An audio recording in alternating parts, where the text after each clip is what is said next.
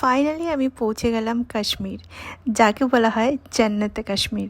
সবার মতো আমারও মনে একটা স্বপ্ন ছিল যে আমি একদিন কাশ্মীর ভিজিট করব। একটা কথা আছে যে অনেক দিন ধরে প্ল্যান করলে যেটা হয় না, হঠাৎ প্ল্যানে সেটা হয়ে যায়।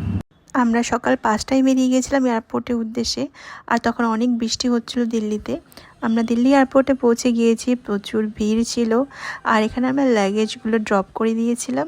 দেখো শ্রীনগর যাওয়ার বোর্ডিং লাইনে কতটা ভিড়, মানে সবাই হয়তো ট্রাভেল করতে যাচ্ছে, নয়তো বা অনেকে ওখানকার লোকাল রয়েছে যারা ঈদ সেলিব্রেট করতে হয়তো দিল্লিতে এসেছিলো, অনেক লোকালও ছিল সেখানে। তা আমাদের ছিল এয়ার ইন্ডিয়া এক্সপ্রেস। আমি প্রথমবার এয়ার ইন্ডিয়া এক্সপ্রেসে যাচ্ছি, আর সেই এয়ার ইন্ডিয়া যে অ্যাক্সিডেন্টটা হয়েছিল তারপরে এটা আমাদের ফার্স্ট এয়ার ইন্ডিয়াতে ট্রাভেল করা। Delhi to Katra and Katra to Srinagar Vande Bharat এক্সপ্রেসে গেলে অনেক সুন্দর ভিউ পাওয়া যায়, বাট প্লেন থেকেও ভিউ কিন্তু খুব একটা কম দেখা যায় সেটা না।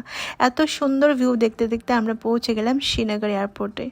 চারদিকে পাহাড়ে ঢাকা একটা এয়ারপোর্ট, এত সুন্দর দেখতে লাগছিল ওপর থেকে। আর এটা হচ্ছে actually defence base airport. Kashmir and Srinagar অনেক সেন্সিটিভ এরিয়া, তাই এখানে লোকের থেকে আর্মি আমার বেশি মনে হয়েছে।